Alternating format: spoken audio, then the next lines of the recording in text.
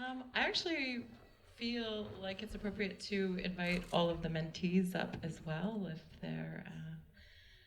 there's some side seats there. If you guys would like to come join us.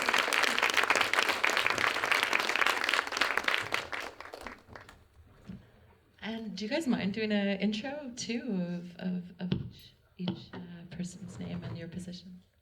For sure. My name is Rylan Friday. I'm from the Cody First Nation, based out of Kamsack, Saskatchewan, and I was the production manager mentee for the Battery members. I'm Olivia Goloski, and I'm a Two-Spirit Métis filmmaker, and I was the producing mentee. Hi, my name is Jacoby McDonald, and I was the costume mentee.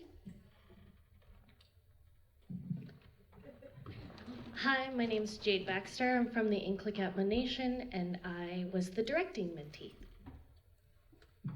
Tate Nitigasun Mapanataxwell, Nia Ote, Muskego Sagaiganik, Nia Oma Nehiao Nishnabé. My name is Tristan Greyes, and I was the editing mentee.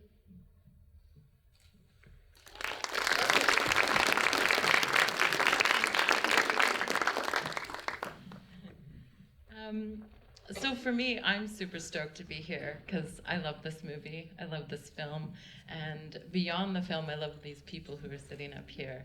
And what's really compelling and exciting about this particular film is there are so many really interesting parts to the process that they did. And so I was hoping that I could just maybe bring some of those up and then we could just open like a more of a conversation. And please, anybody who wants to share, just jump on in. So one of the first things that I wanted to talk about was obviously the choice of shooting in like a one shot, like as close to a one shot. And that's a huge undertaking. The magnitude of it was massive. And I think for all of you, in all of your different positions, that must have touched your process differently. I'd love to first hear just a touch on the creative choice behind that, but then also I'd love to hear some stories of what that meant for your process, how it shifted your process, and then also maybe some of the difficult aspects of it, and then some of the gifts from it.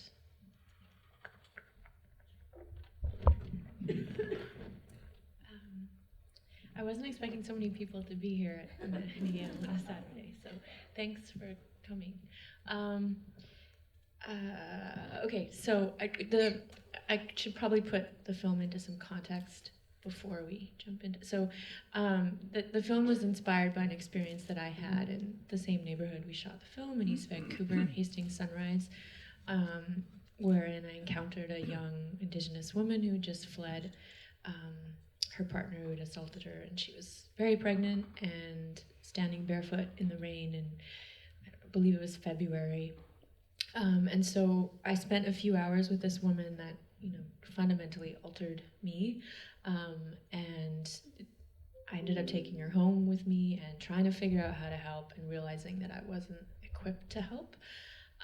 And so that experience stuck with me for years, and I wanted to do something with it. I wanted to honor her story and women like her because it's all too common. And so initially I thought, well, maybe it could be a short film, but I realized that there was so much that happened in those moments in between, in the silence and the struggle of trying to figure out what to do and sitting with this stranger in my home, and kind of just that struggle of those moments in between. And so I decided that I wanted to turn it into a feature and do it in real time to sort of have the audience have that same experience of struggling with these two women who are complete strangers who come from very different lived experiences, and how to sort of unpack all of that. And so knowing that it was going to be a real-time film, and most of my experience being documentary in terms of directing, I've done a fair amount of narrative as an actor, but directing is mostly documentary. So I wanted to co-direct and collaborate, because I find the process of collaborating to be so enriching. Every time I do it, I never regret it. And Kathleen is, she's been a friend for years, and I so admire her work. Never steady, never still, like shook me to the core. And so I knew immediately that Kathleen was the person I wanted to collaborate with. And so that led to a lot of conversations about how to do this, what does a real-time film mean? And so for me as an actor, I wanted to really build on the rehearsal process and sit with the project for 3 or 4 weeks with our lead actor, Violet Nelson, and treat it as though it was theater. Because in theater, you have weeks and weeks of time to rehearse and go through every single moment, and you have to be fully prepared that day that you go onto the stage. And you perform it from beginning to end, and there's kind of this like incredible momentum that builds with the audience as well, and with the performance.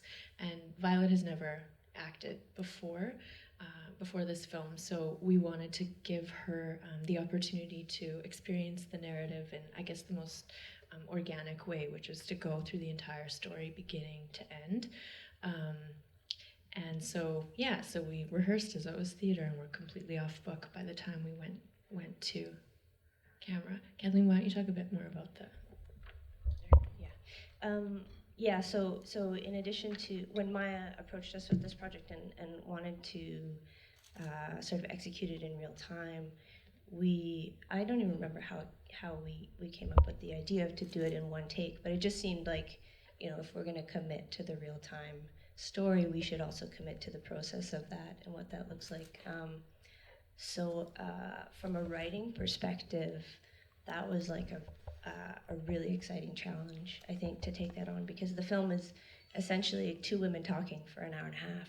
And I mean, we were interested in that, but how do you hold an audience and create tension and create momentum and shifts and all of that stuff in real time? So I think for me, that was one of the things that I was like, oh, this is gonna be a real challenge, and I'm really excited to do that. So it was a very unique writing process, and then in the execution of it, it's it's logistically insane. And other people have done it before, but for us, we'd never done it. So the idea of, we moved from, 5 locations in cabs, getting in and out of cabs and stuff. So the camera rehearsal was extremely important, and the cinematographer was very involved from a blocking perspective and working out all those details. So it was a very collaborative process in all aspects in that way. And we shot on 16 millimeter, so we had to figure out how to do a one take on film, which involved, was it 12 camera transitions? It was 12 planned and 1 unplanned. So so each film mag can only go up to 11 minutes, so we had to choreograph all of these specific spots where our DP, Norm Lee, who coined the term real-time transitions, would essentially have one of our camera team swap in a camera that was pre-rolling and ready to go, and so it was continuous action with multiple camera swaps throughout, and so we did that over 5 days, once a day per day. And just so you can sort of picture it in your head, that means that there was a very limited crew on set, and we were all sort of moving together through the whole thing. So I was like running, hiding behind walls with a monitor, and the sound crew, the boom operators like chasing behind. So it's quite an experience. Yeah, and Ingar, the sound, so this was a Canadian-Norwegian co-production, and basically the only person who had experience with the one take was our sound guy, and he'd done it twice before. So at one point he had, I think, there's Pete, who was our sound mentee. Pete Robinson. Pete can tell you more about this, but at one point there were like 11 labs running or something like that? Yeah, because there were so many transitions, a couple of car scenes. We had to rig up the cars with like 3 or 4 labs as well on the roof of the car, and just like different pinpoints. Yeah, was a pretty crazy experience for me, being my first feature. So it was great, though. I learned so much from Ingar. Yeah. Well, just the energy. I know that would be just so much excitement and energy and create, like, it brings so much life to the film set. So just really quickly, when through these transitions, you guys never had to pause at all? Like, as performers? No. Wow. Cool, that's awesome. How about on the producing end? What was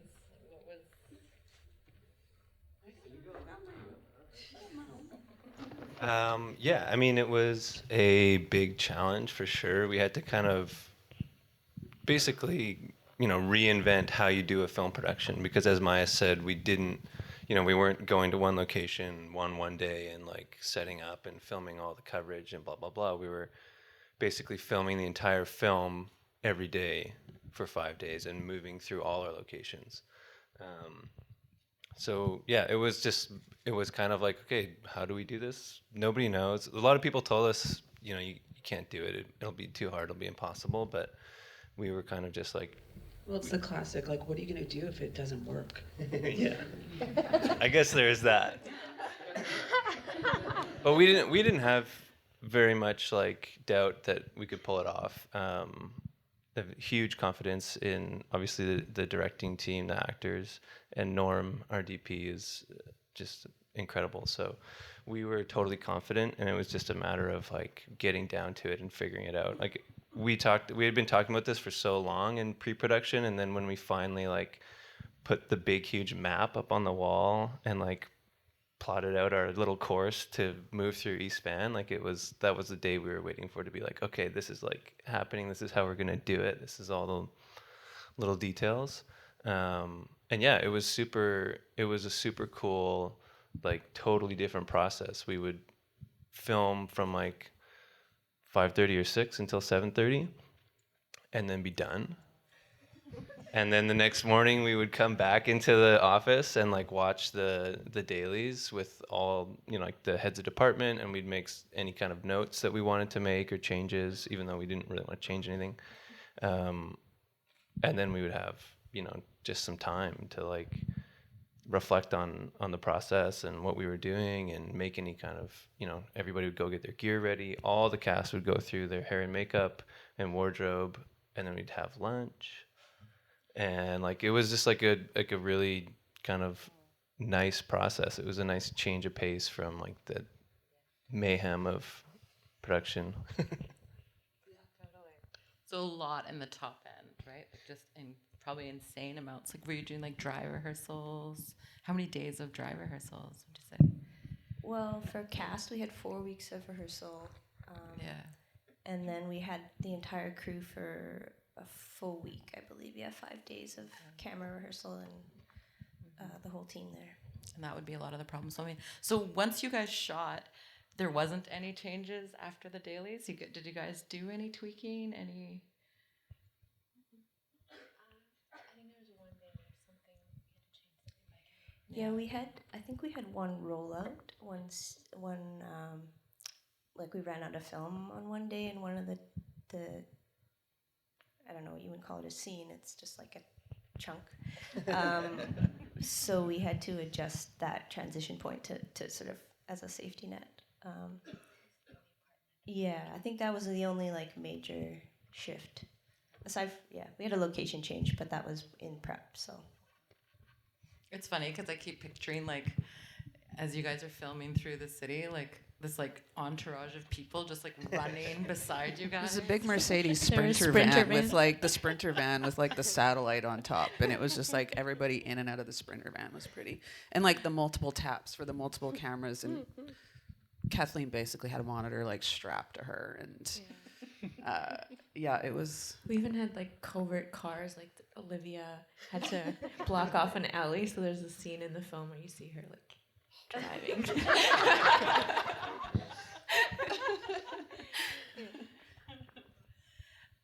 How was this for you? I mean, you had this monitor, you're running around with it. You were performing the whole time through this. Like, what was that process like for you? Well, in terms of the co-directing and the co-writing, we shared the workload very equally, I would say, and because there was so much prep time, it was kind of like once the camera started rolling, then everybody just had to hope that it would work out. I think there was only one day where something went wrong. But yeah, in terms of performing, it was kind of like a dream come true to be able to have this really experimental process that I think enriched mine and Violet's performance and everybody's. I really love theater, and it was so wonderful to be able to incorporate the magic of theater into film, because as an actor it's like always, all over the place. One day you're shooting, something happens in the middle of the script, the next day it's the beginning, and it's very disorienting, and I think it really helped with Violet's performance, and mine for sure, but Violet definitely. Violet was phenomenal. Cool. So another part of the process that I think is quite original is also the mentorship process. And so I was hoping someone could share, what that sprouted from, how come you guys decided to do that, and then how you set that in motion. And then I'd love to hear from the mentees on their experience. Yeah, I think we always, because of the nature of the story, and I think the way that Maya makes films in general is just, it's a much more engaged process with community. And we were finding, when we started thinking about crew and who we wanted to work with on this project, like we really wanted to have as many Indigenous keys as we could, but we were struggling to find people that weren't busy, because it's this town is insanely busy. So finding people who are, oh, there's Saul. Hi, Saul. Join us, Saul. Saul Chiniki was our camera mentee. So in a way, as a response to that, but also just trying to find ways where we could be more invested in the community that we're building and the stories that we're telling. So we approached TELUS, hi guys, and they were so generous with us, and the idea was to sort of create capacity, expand capacity within the community, and try and build up craft roles in the way that, like, there's so many incredibly talented and skilled Indigenous directors and creators, but what we need is we need more craft, skilled craft crew members. So that was sort of the genesis of it, and it sort of built itself up from there. It was like we had no idea what we were doing. We were just like, well, we'll try this and see how it works. But I think one of the key points for us was to make it not an apprenticeship, like not a top-down model, but a model where the mentees themselves felt like they could be creative collaborators. And I hope, you guys can speak to that, but just making sure that we're all on the same level, like we're all equals in this production, and trying to make sure that is sort of carried through the process. And another, even before we got to production, one of the things that was really important to Kathleen and Maya and all of us was to have input and feedback on the script that was from a perspective that would enrich it. So Violet's character Rosie in the story, comes from a different place than either of our writers. So we wanted to have that kind of feedback, and so we also did a script workshop, table read kind of thing with several Indigenous youth who were also mostly, I think they were all people who had been through the foster care system as well, which is part of Rosie's story. So that was something that was super important to us and was the kind of the start of the process on that front. Maybe Maya can speak a little bit more to that. I don't know. Oh, I think you guys covered it. I think from the very get-go, this process was very experimental, and we wanted to eliminate like the traditional kind of toxic hierarchy that exists on film sets. Like it can be so awful to be on a film set sometimes because of that hierarchy, and we didn't want that. We wanted it to feel collaborative and community based, and we didn't want it to be like replicating traditional kind of extractive forms of filmmaking, especially with this content. So that was part of the reason also for wanting to build this mentorship project.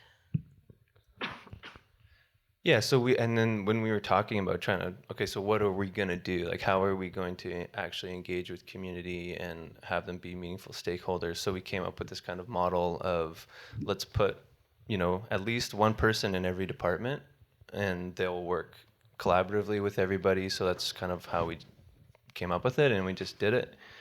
So we had 11 Indigenous youth mentees that were kind of one in every department of the film. And it was awesome. I mean, we kind of put out a call. We got a huge response. We had amazing people respond. So I think we were super, super lucky. And they were actually like a huge component of how we made this film and what the product was, at least from my perspective. It really kind of grounded the entire process for not only us and hopefully not only for the mentees, but for the entire crew and the cast. Everybody that was in that space was kind of, helping. We were all kind of like carrying the same load, I hope. Any of the youth want to speak about? Yeah, I'd love to hear from each of you, actually. I guess I was the last mentee on and I kind of saw the finishing before. I bet you've done a lot more since then, but until my end of my mentorship. But just being a part of the process was absolutely amazing, and you've inspired me so much that when I made my film, I also hired a cultural awareness workshop facilitator, because I felt like that was very important, especially when you're talking about sensitive topics, and then a lot of people just get to come and work on our films and not know anything about us or why the story needs to be told. And I took that to heart, and everything, I was watching you right from the start, and I was like, I gotta have mentees on my films now, and I gotta have like more workshops with non-Indigenous people and make that mandatory. Yes, and because we also want to, and I love that you used Indigenous youth as your mentees, because we're also trying to empower each other and help invite more people, because we don't see ourselves on TV. We don't see ourselves behind the camera. I've only recently just got into the thought of me being a filmmaker, and sometimes it's still unreal, just being here. And yeah, that's my thoughts on your whole process. I look up to you, ladies. I mean, I look at your level to you, ladies, and everybody in the process. So yeah, thank you. Kinanaskamittanan. Do you mind if I just ask really quickly, just in terms of your experience, did you feel that there was a ton in your learning, that you learned through this style, the way that the mentorship was organized and set up? And did you feel a different energy in terms of that? Did you feel like you had a voice? Did you feel like that collaboration really was, that there was room for that? Oh yeah, definitely. So yeah, definitely. Yeah, we've I don't know. They must love me by now. I'm just saying, we've got to know each other so well, and I've never been afraid to be myself around you. And I've learned how film can do better, and it doesn't have to be the patriarchy. It doesn't have to be a hierarchy. We don't have to work 12 hours to make a great film or overextend that. But yeah, I don't know what else to say, but. That was a weird end. Sorry. I feel this mic too, clearly. Oh, I touched that mic and it died. So. Oh. Yeah, I guess I can continue off of that, but it definitely didn't feel like I was on the outside looking into the process. and we were in the rehearsal room for such a long time, and it was such an intimate space and really a journey to find these characters and their journey. And it was a journey. Say it one more time. That I remember when we first started, I just wasn't sure what to expect. And so I remember suggesting something, and then you guys liked it. So I wrote it down. I was like, I suggested something. But then I was like, oh, I actually don't need to take note of this because this is just how this process is gonna function. And it was incredible, and it was a really amazing space where also, because we're dealing with such a heavy topic, there was one day where we reached a really monumental place, I think specifically for Violet, but the room was just thick with that energy that I remember I had to go cry. And I was given that space, and it wasn't anything like that. It was a really beautiful environment to learn how to engage with these narratives that are our reality without being exploitive or re-traumatizing to ourselves in the process or in the product. So I think that was really important. And then really awesome, it helped build community in lots of different ways. Pete and I have got to work together a lot since that in different capacities a couple times, and it's I didn't have that before, and now I have that. So it's sweet.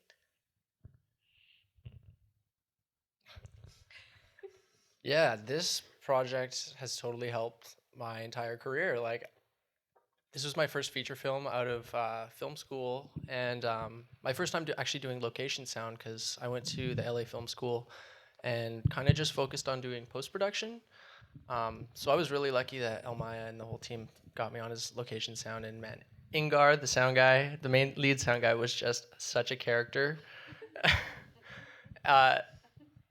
He only had jokes, just cracking jokes all day long. So he was such a great teacher for me. And I had so many questions for him, and never once hesitated to answer them in a malicious way. I feel some people, when you ask them the same thing 3 times, they're get it in your head already. So he was really patient with me, learning a lot of his process, because everybody has kind of their own way that they do things based on their sound kit. So yeah, he was really great teaching me that kind of stuff. So also, with this being a one-shot, it was definitely not a conventional kind of shoot like I'm more used to now. I do location sound full-time now. So yeah, with it being a one-shot, I personally felt I wasn't really doing enough, because I couldn't follow along with Elmaya and Violet during the actual scenes, because it was a closed set. Only the people that needed to be there could be there, and me not holding the microphone, the boom mic, I couldn't be there. So my duties were to rig up the cabs and the lav mics on the people. So it was a lot of pre-production stuff. So yeah, it definitely taught me to be over prepared before you shoot. So I learned some good habits from that. Yeah, I don't really know what else to say. Man, I'm so lucky to be a part of this project. I learned so much, and yeah, just to meet other amazing Indigenous creatives has been such a blessing. And yeah, I feel I have 11 best friends now. 11 new best friends. So yeah, thank you so much, guys. I might just add one more thing about the one shot. Oh, jeez, hold it up. But I was sitting in the follow vehicle that sort of crew would jump in and out of, and was tasked with holding this space age monitor that had 3 different monitors that would switch out different feeds from the cameras. I think I got to press the button once. I was like, oh, jeez. Very scared I was gonna mess that up. But I got to sit in the back of the van and watch everyone pour out into one location, and you were crouching behind something as they went in, and then it was just silent, and they're filming inside, and I lost the feed, so I couldn't see what was going on, And it was like, boom, everyone comes running out of the location, get back in the cab, go. And I got one clip on my phone, and it's just like, it was such a neat space to be in. It was really, really cool. Yeah. So I just thought that was funny.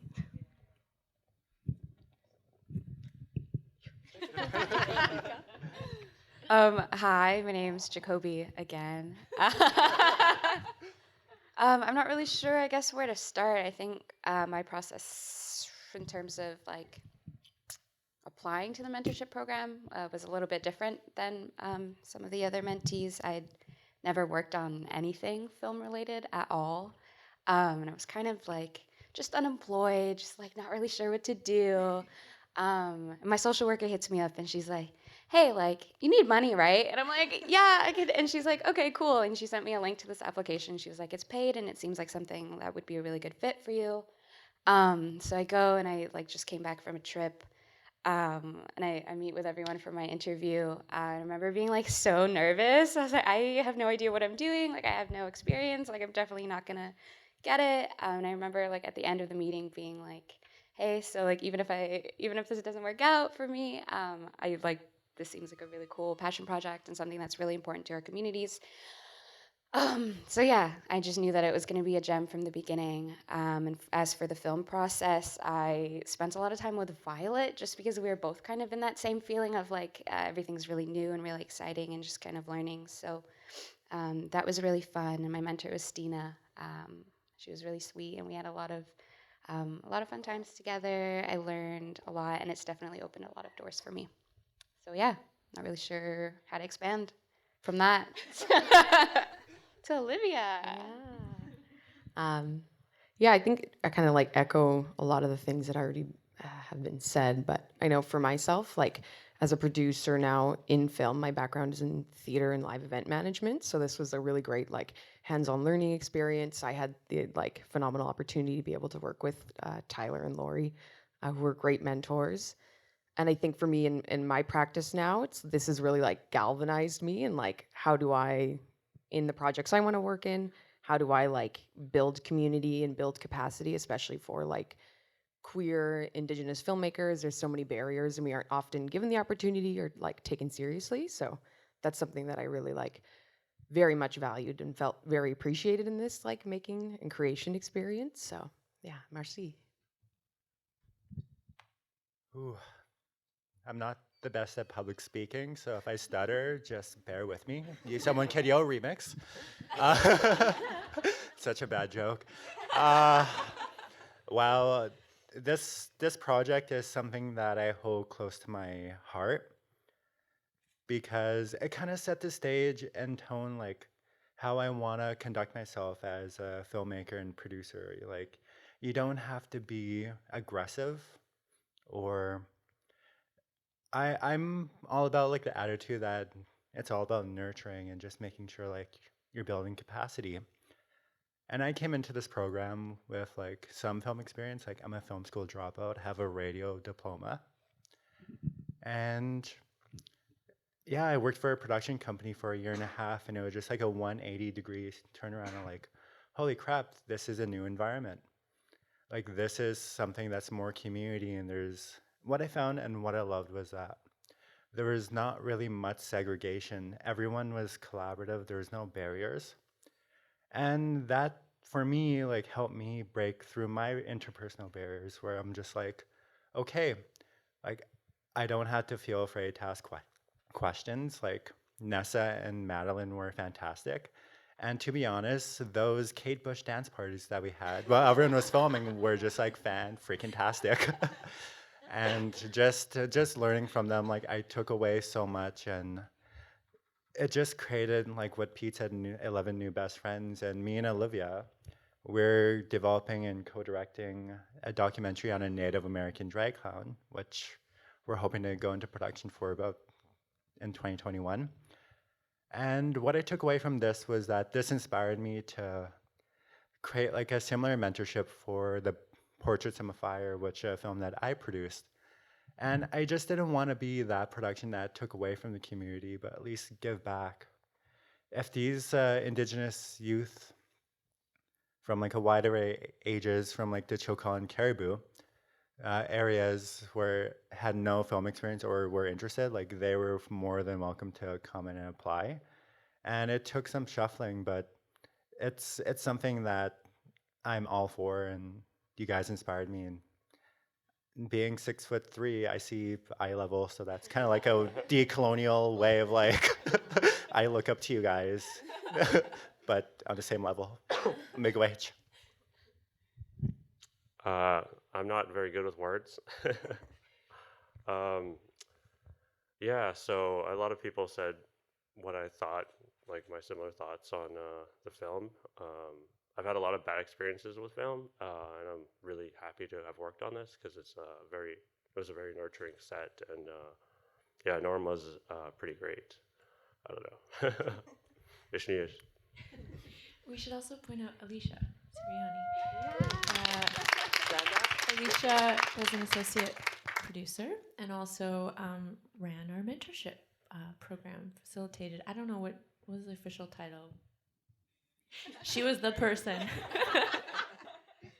And Alicia is the same age as a lot of our mentees, and so that was kind of interesting having this like more like lateral, equal, peer-based kind of thing. Yeah. Anyway. So I'm super just excited and intrigued hearing like this sort of theme of kind of moving away from toxic culture within film and hierarchical structures, and how, I mean, I'm guessing a lot of you work in film, we know what that can be like, and I find it really fascinating and interesting about how we're pushing and shifting and trying to create different models. And so I think exactly what you said, the mentorship process was a key into creating that environment. Kate Bush dance parties. But I'd love to also hear maybe some insights from everyone of like, what were some of those? I mean, because you can say, yeah, we just want this to be collaborative. We want it to be eye level between the mentee and the person that they're learning from.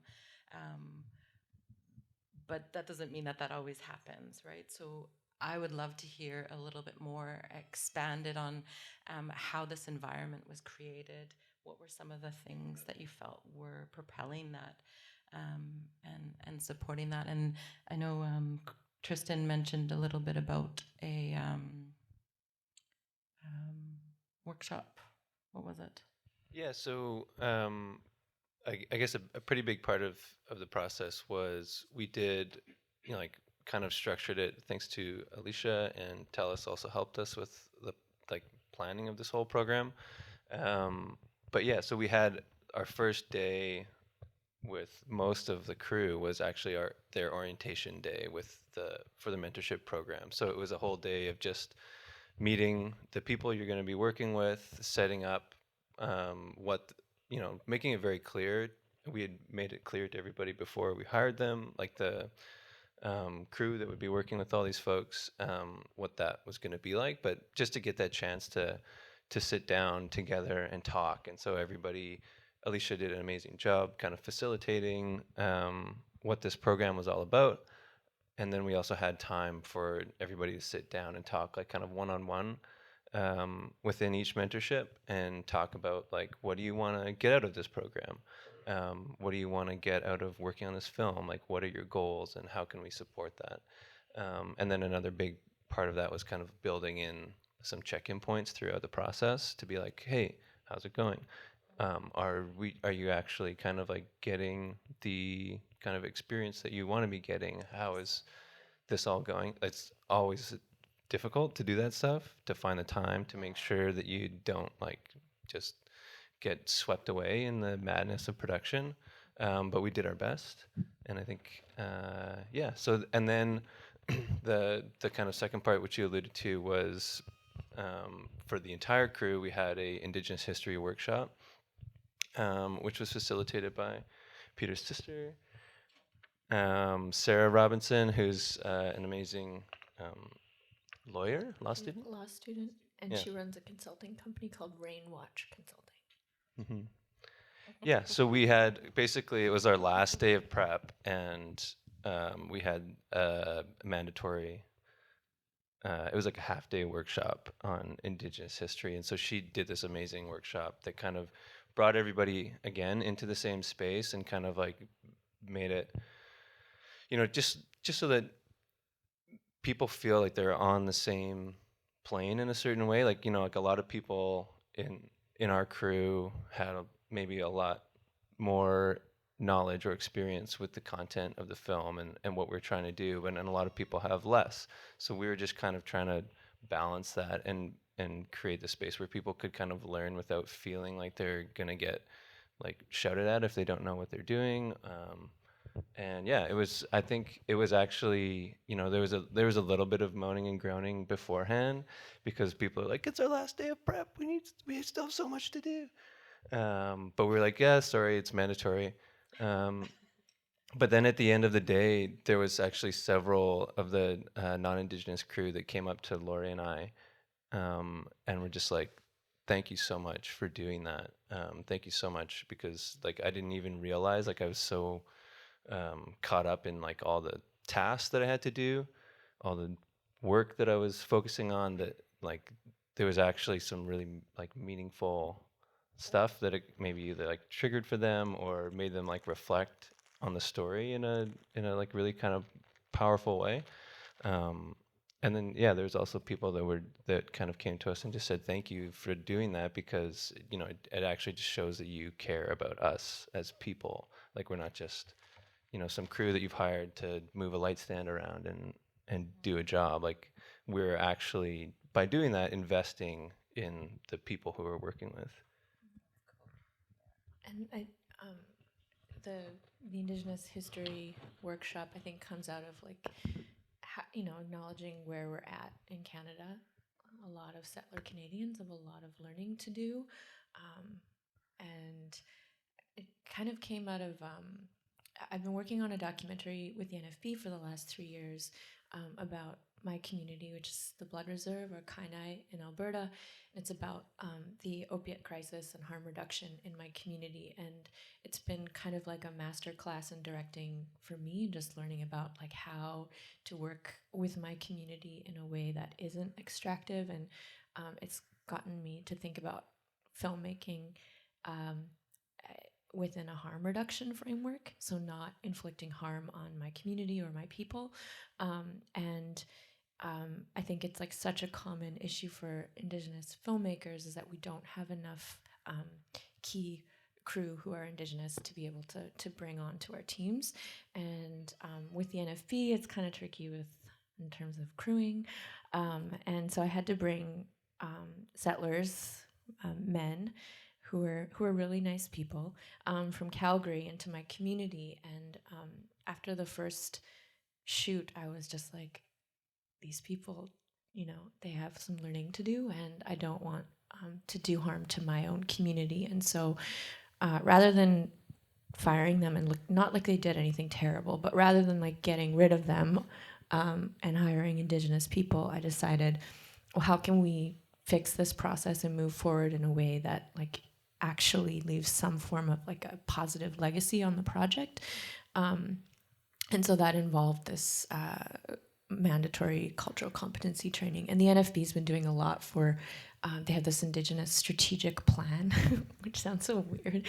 Like a lot of, this is happening across Canada in terms of supporting Indigenous creatives and people like actually kind of walking the talk when it comes to like all this conversation about diversity and inclusion and all of that. And so the NFB was really supportive in terms of bringing, making this cultural competency thing happen. And I think it should be mandatory on every crew that we have these like anti-oppression trainings and really just like holding crew accountable. And so we talked very early on, like we had so many conversations about like how to do this differently, how to like what it actually meant to be community minded. And we have these young Indigenous people coming into our crew. How do we facilitate like the most nurturing experience for them, and how do we hold ourselves accountable? And like there were kind of like the like cliche ideas of like, oh, maybe we bring an elder onto set, and having an elder is really important, but I think that happens so often in films where there's like Indigenous content. People are like, oh, elder, let's bring an elder, but it's like, what does that actually mean? Like does that actually mean that our non-Indigenous crew is like being held accountable or learning anything, or like what are they going to walk away from, walk away with this knowing and carrying with them? And so it came down to finally coming to this conclusion that we needed to do training for the full crew, and thinking about how we can do as little harm as possible and not, be extractive in the process. That's kind of the cool thing about, like rethinking the entire process of this film, because we did, we had these plans from the beginning, but we were also filming it so untraditionally that we were just in the mindset already of like, all right, let's just do like whatever we want. And we'll just make it up and we'll make it all work. And that's the kind of, the power that we have as creators that are steering projects and as producers and directors and stuff, is that, that's the thing I reflected on throughout this process was like, you can, everything you do in the process of making a film is like weird. Like you probably shouldn't do it, but we all decide to like, this is the thing that we do, like we set up these lights and we say, action or whatever, rolling. And there's like there's like all these things that we're like, oh yeah, that's the thing that you do when you're on a film set that like nobody else does in the world because it's weird.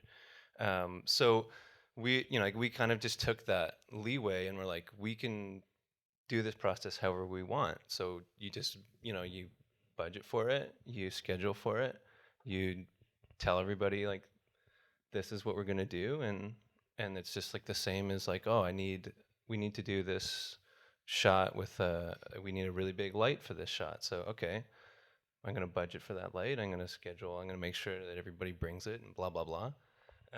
But that was like a really empowering part of this process of making this film, was like just reminding yourself that like you don't have to do everything exactly the way that the blueprint says or whatever. Oh, and we did have an elder on set. She was wonderful. She was there to support Violet.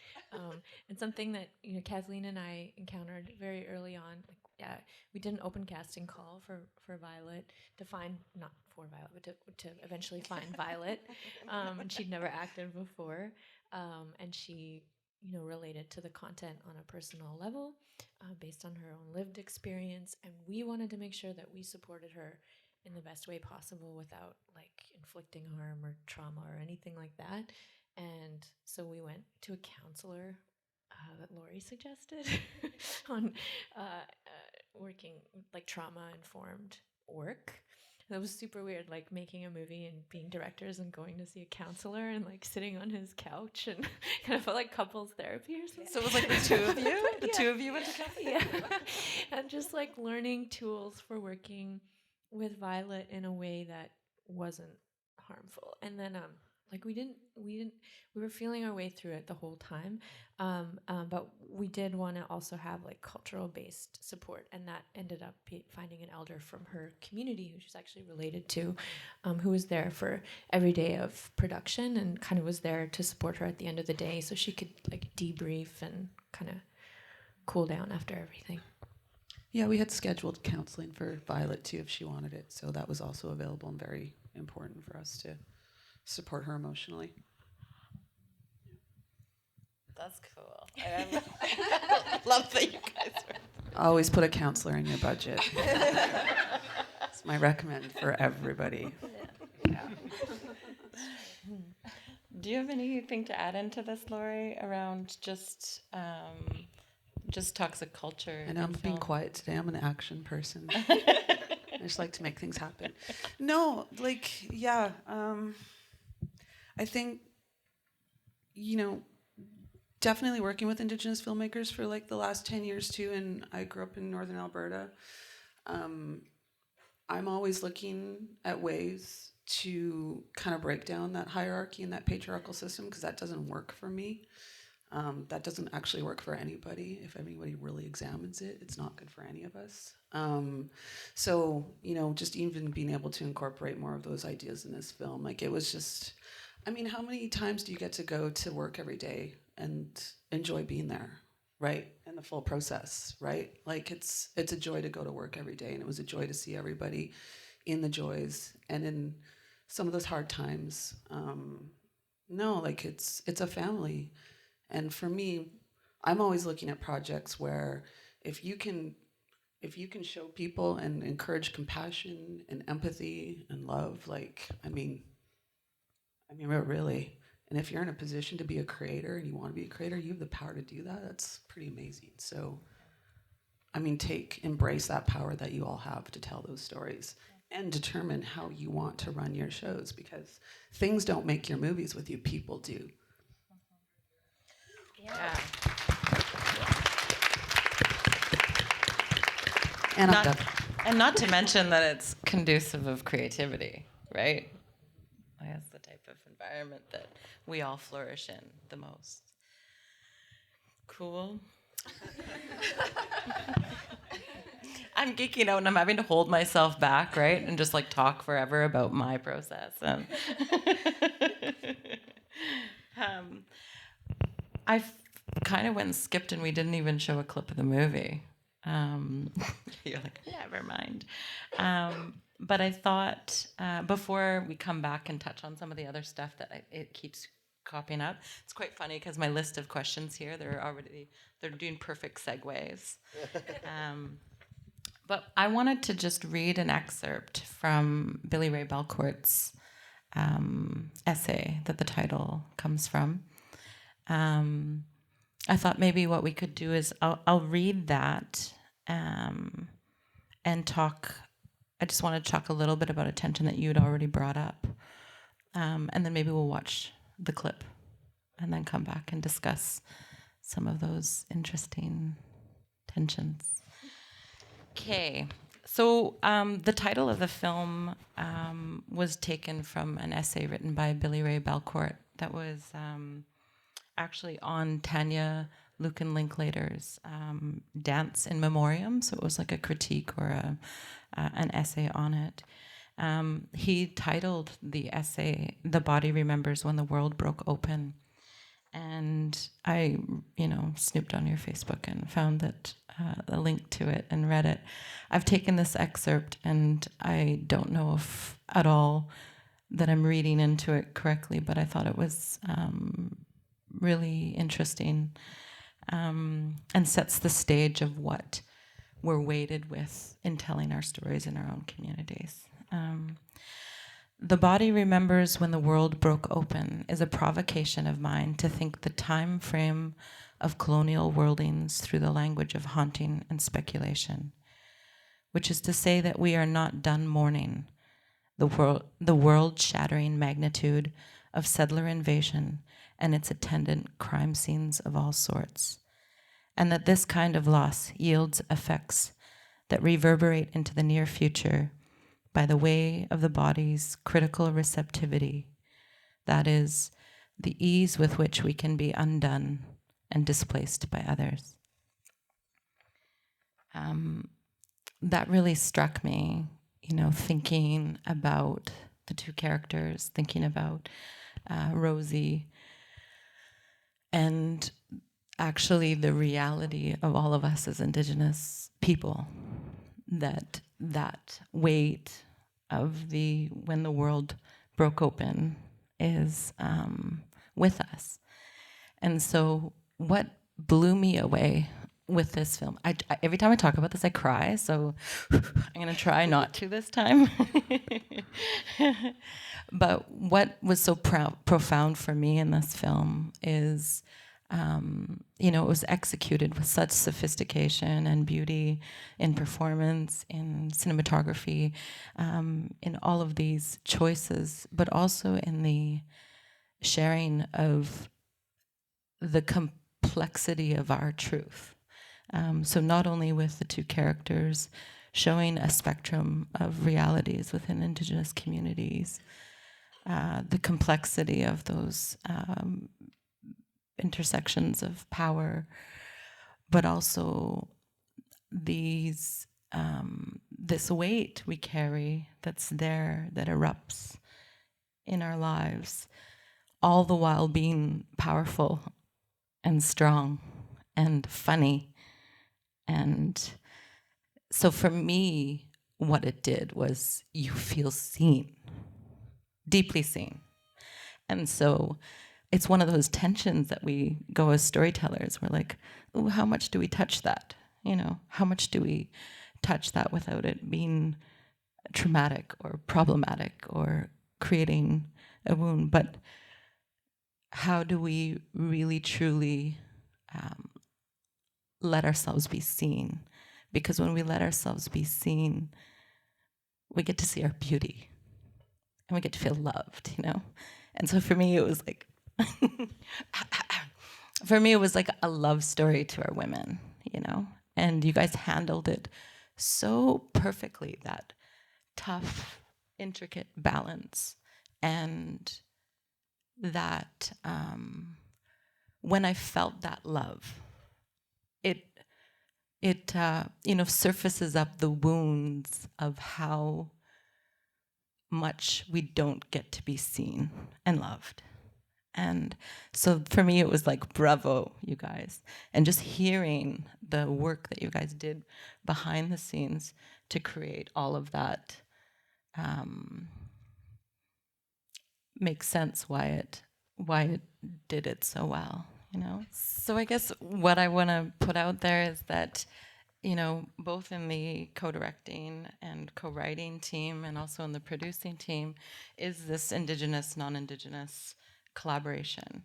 I know in the, you know, political world of Indigenous film, there's a lot of education now around, you know, how do we give creative control for Indigenous stories and Indigenous filmmakers, for that to be done right and done well.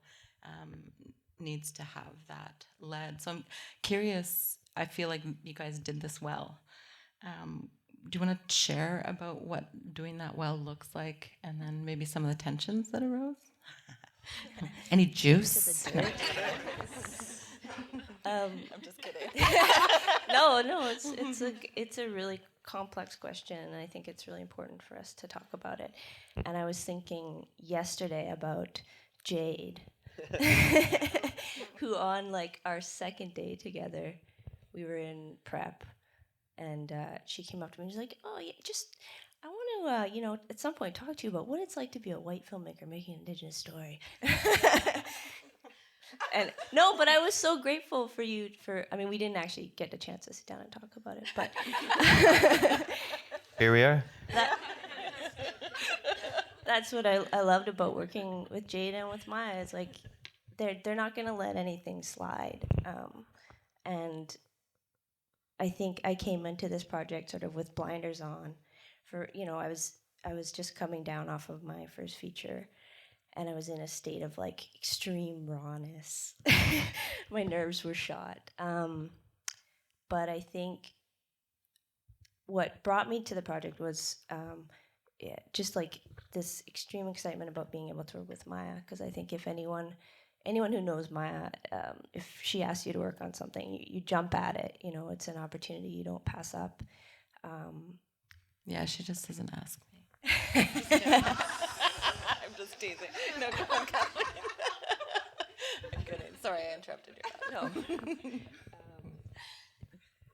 I forgot where I was going. I know, sorry. But also, like, to invest, like, she asked me not, you know, to be a co-director and a co-writer, and that's huge. And I had to find a way to take some ownership, and I think you understand that side of it too from your experiences. Like, how do you support but also invest? And I think I sort of looked at it as like, this is Maya's story, but this is our film that we're creating together. And there was a huge learning curve for me, and I think a part of me at the beginning was trying to like ignore that tension that exists, because I think in settler and indigenous relationships, there's always a tension because we have a very violent history and present that sort of has ripple effects in every interaction that we have. I think it's there, and I think that what I came out of it understanding was like that tension is really important as settlers for us to not run away from and just figure out how to use that tension for our own understanding and growth and try and push ourselves to confront it and ask questions of our own behavior. So I definitely made mistakes in this process, and it was really hard. Like, I know we talk about it being such a beautiful experience, but it was very emotional and really tough. But I think what's so wonderful about the way we were able to do this was it was a learning experience and an experience of growth, and yeah. Everything Kathleen said. It wasn't always easy. It was definitely very hard to just figure it all out. Like we all carry this history and this very real present, and so often Indigenous people end up doing all the work. Like, it's up to us to do the work. I think a lot of settlers think they're helping out. They think, they understand what like truth and reconciliation means, but generally that doesn't actually play out in their everyday relationships with Indigenous people. And it can be so easy to be angry with settlers, and I think that anger is we have the right to be angry, but also when it comes to individual working, like interpersonal relationships, anger isn't always conducive to moving forward.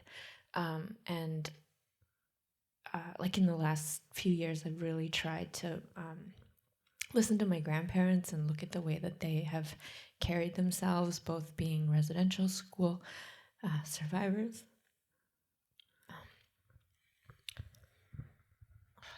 I think I would cry. They've come so far. Like, my grandparents are everything.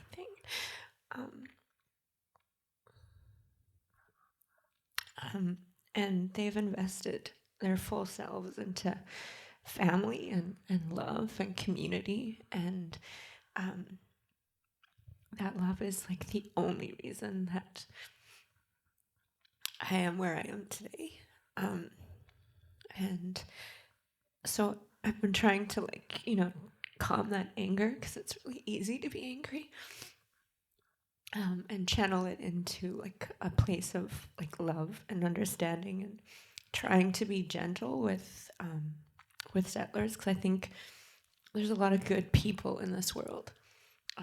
They just don't know, and I think when people come from a place of privilege, they learn a lot of habits, like really bad habits, and they don't know how to interact with people who come from a very different place, who don't have the same privilege. And so this relationship was also about me not being angry. Like, Kathleen is so wonderful, and working with her was one of the best experiences I've ever had. And I learned so much from her.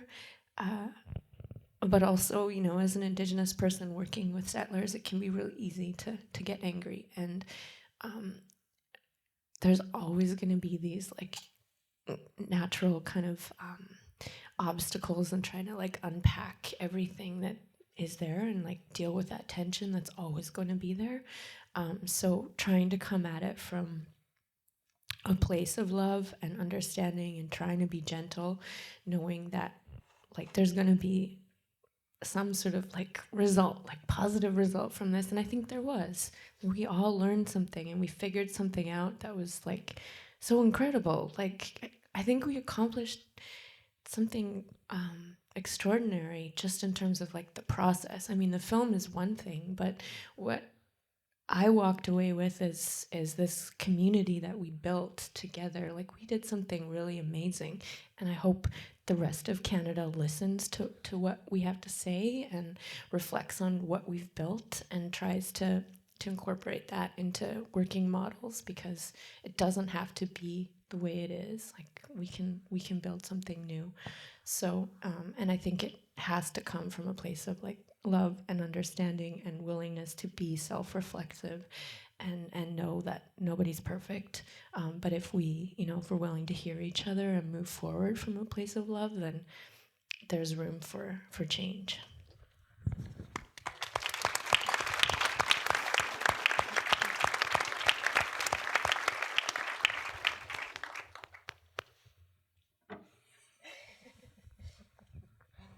So how is it over in that corner?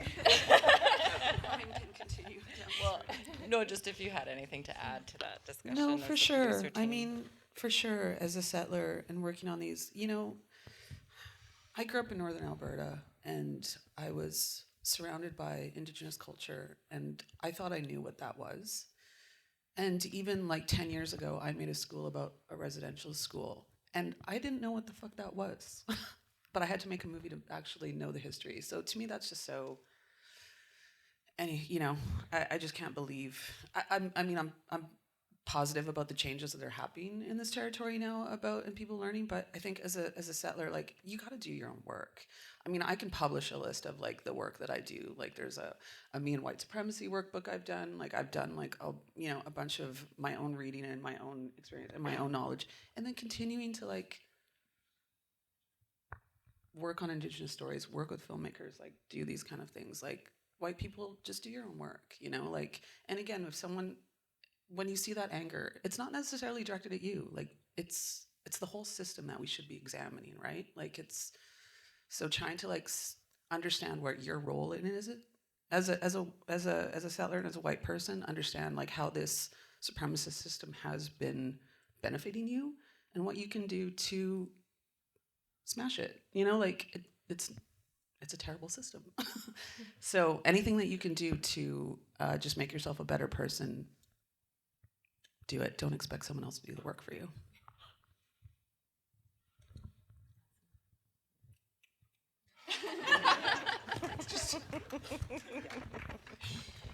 And follow all of your Indigenous filmmakers on Instagram and social media, because they are, and that's, it's kind of funny, but it's not, but so many, you are all doing the work. You're very active, and you're putting education out there, and you're doing a lot of the work. So even as settlers, like, even just, God, like, just even just follow, like, listen, read, And just to add one thing, I just want to give Violet credit for me, for teaching me so much, because she was working with her in that rehearsal time was huge for me to sort of understand, because it's one thing to understand something in a conceptual way, but to understand something in a really very deeply emotional way is like a whole new, like, it really just smashed my heart open, I think, working with her. So I think relationship building is so important in education and moving forward, so. Thank you guys so much for that, like sharing this honesty. I think this is really what moves me so much about your guys' project, and I think that we all need to hear. So we have 3 minutes before we're going to open it up to questions. So maybe I thought that I could just throw it out about finance. I know that was probably on the blurb. You guys were like, we're going to come and chat about finance. Sorry about that. But it would be amazing to hear a little bit about the financing and maybe distribution, which is super exciting. Do the producers want to talk about that? Sure. So the project was, it kind of happened pretty quickly, because Maya came to us with this story about this event that had happened to her in real life, so she already kind of had the whole, essentially, treatment done, and the story was like very contained. So it was like pretty quick moving through the script stage, and because we were also shooting in real time. The script was much shorter than it typically would be. There's just, there wasn't the same, it wasn't like 100 pages or whatever. So we were able to move through that process pretty quickly, and we got funding on board pretty quick as well, which was very lucky. Through Telefilm Canada, the Indigenous stream that had just opened, through CBC Films. Well, the Sami Film Institute was the first. That's right, and the International Sami Film Institute was the first ones on board with Norway. In Norway, yeah. And yeah, so we kind of Maya was also like, hey, why don't we do like a Norway co-production? Because I have Norwegian citizenship. Norway That's wasn't it. just like a random country we chose. I'm also Sami, which is like the indigenous people of Scandinavia, and so I have a Norwegian citizenship. My agent's calling me. I didn't respond to his text this morning. Stop saying whatever you're saying. So that's why we chose Norway, because there's funding in place for Norwegian citizens and also Sami filmmakers. Yeah, so we found a production company to work with in Norway and went through that process of doing like the official co-production with through Telefilm. And yeah, I mean, we also had great support from Creative BC through development and through the tax credit, obviously. And Level Film, our Canadian distributor. Lagerline. And yeah, there's kind of like a really awesome kind of community that came together as well to kind of help us find the final pieces. It's always kind of so difficult to find those final pieces. And so yeah, we got support from Lagerline Group, which is an American company, as well as the Women in Film Finishing Fund out of LA. And the Sundance Fellowship, Maya was the Sundance Native Fellow for 2018. And so that also came with like a little grant. And yeah. So it was, yeah, kind So of like, 20 different people. Yeah. 20 different partners that we will all be thanking tonight. Awesome. Yay. Oh, and tell us Story Hive for Kathleen. Sorry. People call her Khaki. Call her Yeah. Kathleen. Won quite a few awards at VIF in 2017. And one of those was from TELUS Story Hive. And that's kind of like how that connection happened with. Yeah, it was a separate. They granted us a separate award or grant. Because you just pitched the idea, and they're like, Yeah. "Hey, yeah, So we'll give you the money for the that." award gave us the idea to be like, oh, let's go talk to TELUS. They seem really great. And Yeah. TELUS was also amazing because we went back to them and we're like, hey, we want to do some more mentorship stuff after our production. And so they were super generous to support sending all of the mentees out to Imaginative Film Festival last year in Toronto, which was like a huge, I think, just like a really amazing, such an amazing film festival, such an amazing community of Indigenous filmmakers from around the world. So that was like a big part of something we wanted to do to like keep extending the networks and connections that these guys could build on. And because that's actually originally where Maya and I met many years ago. So that we were kind of, just like, this is a great place to meet people that you could collaborate with in the future. At the McDonald's. Yeah. McDonald's, yeah. No, that was and Helen. Helen was there because Tyler was geeking out over your lineage. He was like, "Remember that? You were like, you're It was Ellen not Hayden." about her lineage. But you were but you, Like, hey, Helen, tell me about your. That was exactly but like it was. it was. Yeah. It was actually. You were like, We're just "Wait a talking about minute, her dad, You're a Haig who wrote this really Brown." cool book called The Susie A. You should go pick it up. It's about a fishing boat in Steveston. My dad is gonna love this club. You guys are filming, right? Yeah. So that's what happens when you go to Imaginative. Yeah, in McDonald's at 3 a.m. Why were we even in McDonald's? Anyway, we should we should also mention that a ton of our youth here have You'll see their names in the credits of films at VIF. Some of them have directed and also worked on crews, which is really cool. Jacoby has a film in the Real Youth section. Yeah. Okay. And Tristan has a film. Yeah. When does it screen? Oh, and what's it called? And what's it called? I'm not next. And what's your film called? It's called 17%, but they misprinted it, and it's just the woman, like the film subject's name, which is Sakani Dalketh. New title. New title. And then you'll see the rest of their names in the credits for other great films. Please join me in thanking these guys. They were amazing.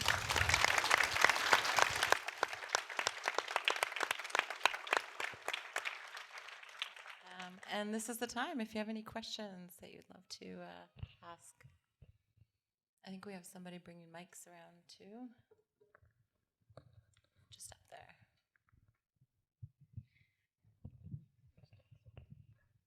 Thank you.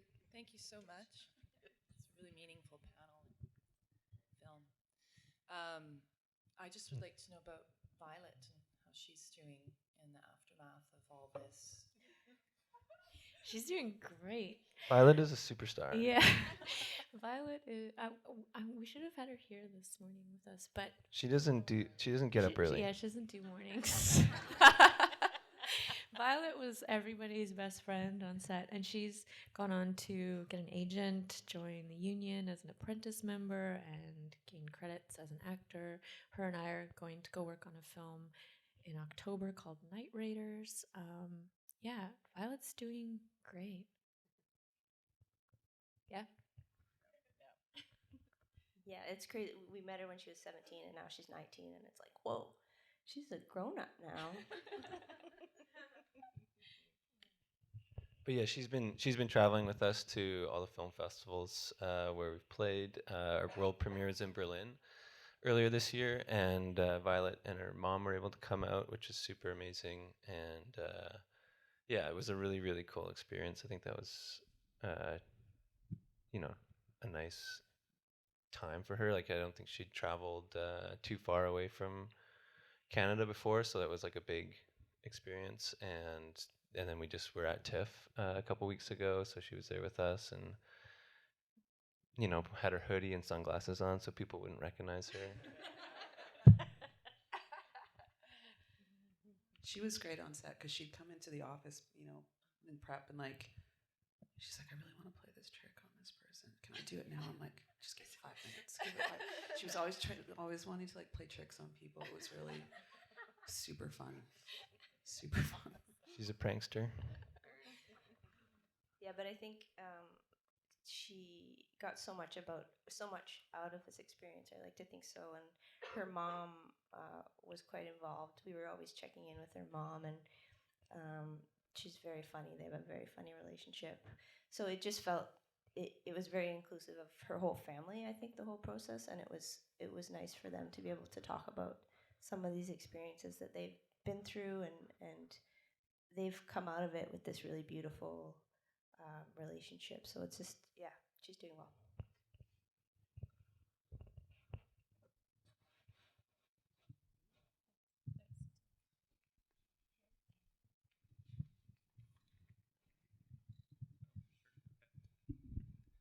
Hi.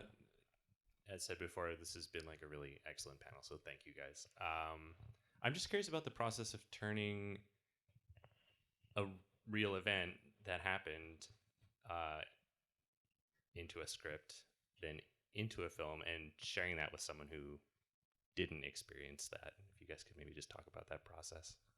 Sure. Well, it's inspired by the real event, but it's fictionalized. So we created these two characters who were different from myself and this young woman. I don't want to give any spoilers, but I don't know what happened to her. I never saw her again. I hoped to see her, and I kind of looked for her because we lived in the same neighborhood. So I don't know what happened to her, and I don't even know if she gave me her real name. I tried to find her on social media. Anyway, there was a lot to consider ethically in terms of telling someone's story without them having been a part of the process. So it's inspired by that interaction, the collision of two strangers, two Indigenous women from very different lived experiences, but it's fictionalized, and we thought very hard about the core themes we wanted to explore, and one was the foster care system in Canada and sort of this like theft of children from our communities, and it started with residential schools and then the 60s Scoop and is ongoing. So we wanted to explore that. So the young woman who I encountered that day didn't grow up in care, and we took some of her lived experience, but built on that and turned it into a fictionalized story. But yeah, definitely a lot to consider, and I hope she sees the film someday. I hope I find her and am able to see where she's at.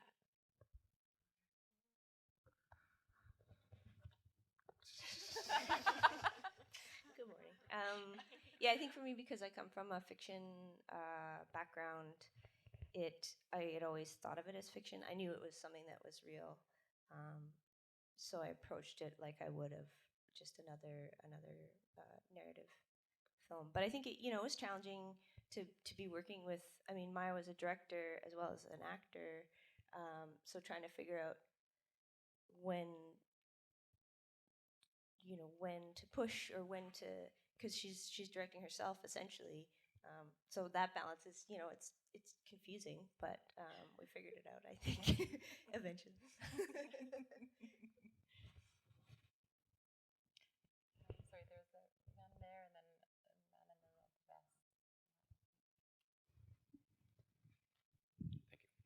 vest. Just to echo what the other two questioners said, that was a really impactful panel. I don't remember too many other industry panels where I've been moved to tears, so bravo for everything you guys have shared today. My question, however, is a technical one. Given that it's a continuous pass and you did 5 days of shooting and you had these real-time transitions, are there actual cuts in the finished film? Are they from different days, or is it all just one day's performance? Yeah, so there's 13 stitch points. So we did end up using, I think, roughly 3 different versions. There was a lot of continuity things to consider as well with weather and performance and all of that. So yeah, there are different takes in there, but hopefully you can't tell.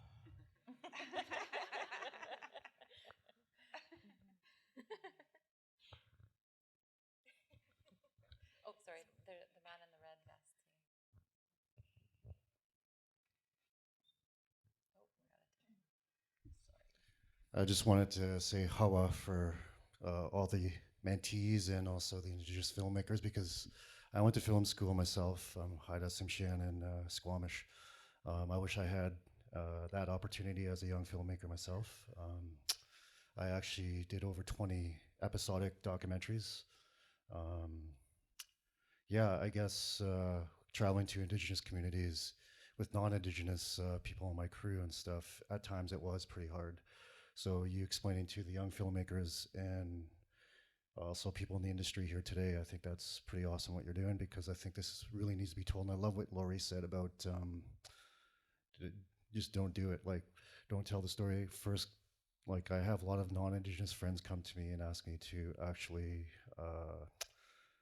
see if they can make the film. And I said, yeah, by all means. However, please consult with other Indigenous other elders or somebody to consult you throughout the whole process and also get educated.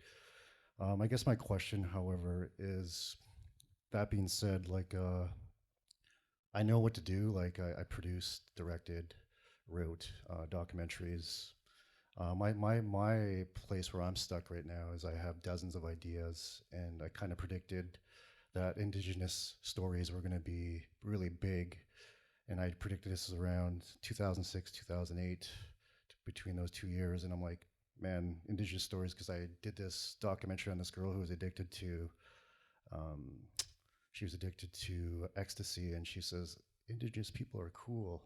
Keep telling the stories, because you're going to be one of those carriers to tell our stories. However, I feel these last few years I've I've had 2 greenlit series, but I also, the last minute deals fell through. So I'm kind of stuck right now. Sorry for sharing a bit of my story, but the reason why I'm doing that because I am stuck and I do have dozens of feature film ideas.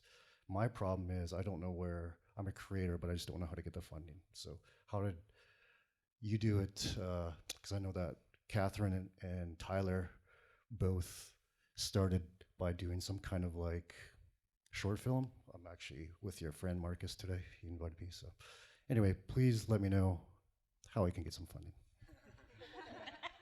Well, I think, well, first of all, just as an Indigenous creative and doing the first like narrative feature thing, the most obvious thing was finding producers who knew what they were doing and had experience.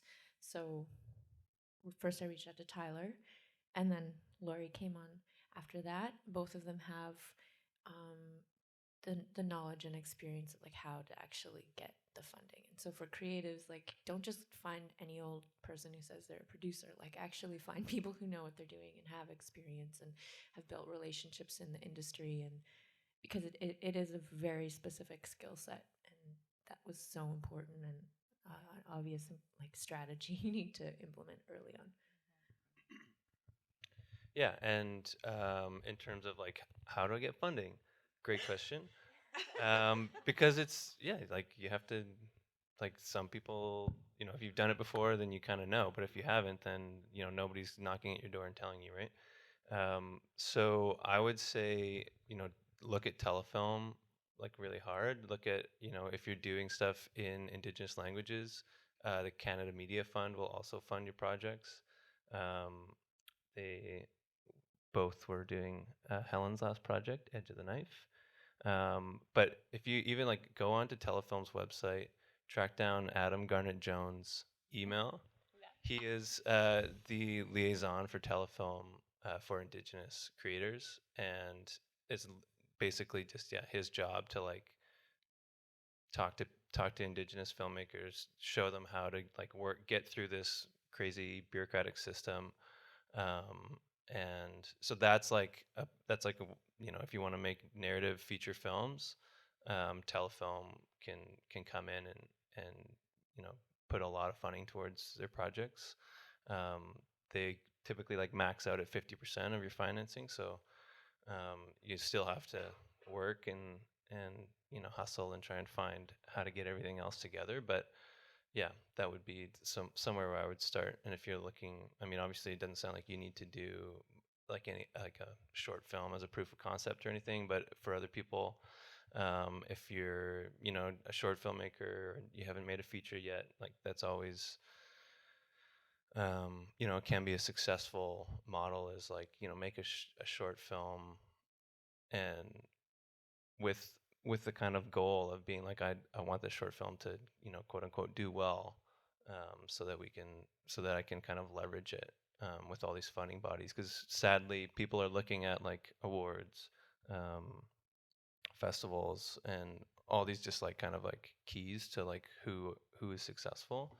I know we're running out of time, but I just want to add to that. Sorry, Saul. We've run out of time for a while. But again, too, like it is about building relationships with these folks, right? Like go and meet them, get to know them. Like so like our distributor level, like I've known some of them for like over 10 years, but I'd never had a movie with them. Like we just became friends over the love of movies and the love of stories and stuff. So it really is building those relationships. And frankly, we get rejected a lot more than we're accepted, right? So it's just about staying the course and always taking pride and being courageous with yourself to put yourself out there, right? Because every time you put yourself out there, that is to be celebrated. And you're not always going to get it back. And I think we can all, like we've all had a lot of rejections in terms of funding and people and stuff, to just stay true, really build relationships with people, because people want to work with people they like.